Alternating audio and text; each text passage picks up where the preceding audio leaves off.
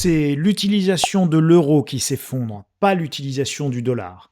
Alors que l'on parle beaucoup de dédollarisation, dans les faits, c'est exactement l'inverse qui se produit et c'est la part d'utilisation de l'euro dans les transactions internationales qui s'effondre et c'est parfaitement logique, je vais vous expliquer pourquoi. Mais reprenons d'abord les chiffres.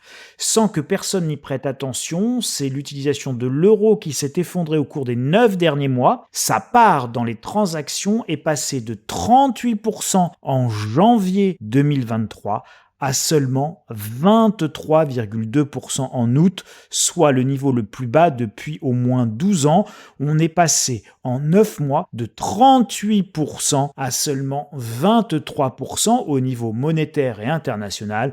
C'est évidemment un effondrement et c'est des sources qui proviennent de SWIFT. Alors, pourquoi l'utilisation de l'euro s'effondre-t-elle à ce point-là? Mais parce que la guerre en Ukraine et les sanctions contre la Russie, le pétrole et le gaz russe que nous achetions en euros ne l'est plus, donc il n'y a plus besoin d'euros de ce côté-là. Parce que, avec la guerre en Ukraine, nous achetons désormais du gaz de schiste en dollars américains, aux Américains eux-mêmes qui se frottent les mains d'avoir raflé le marché européen à la Russie parce que, avec la guerre en Ukraine, c'est le naufrage de l'industrie européenne en général et allemande en particulier et les exportations s'effondrent, donc nous vendons moins en euros, donc moins de besoin d'euros, vous l'avez compris, enfin, je l'espère, le grand vainqueur de la guerre en Ukraine, ce n'est évidemment pas encore Poutine, ce n'est pas la Russie, ce n'est pas plus l'Europe de l'Ouest,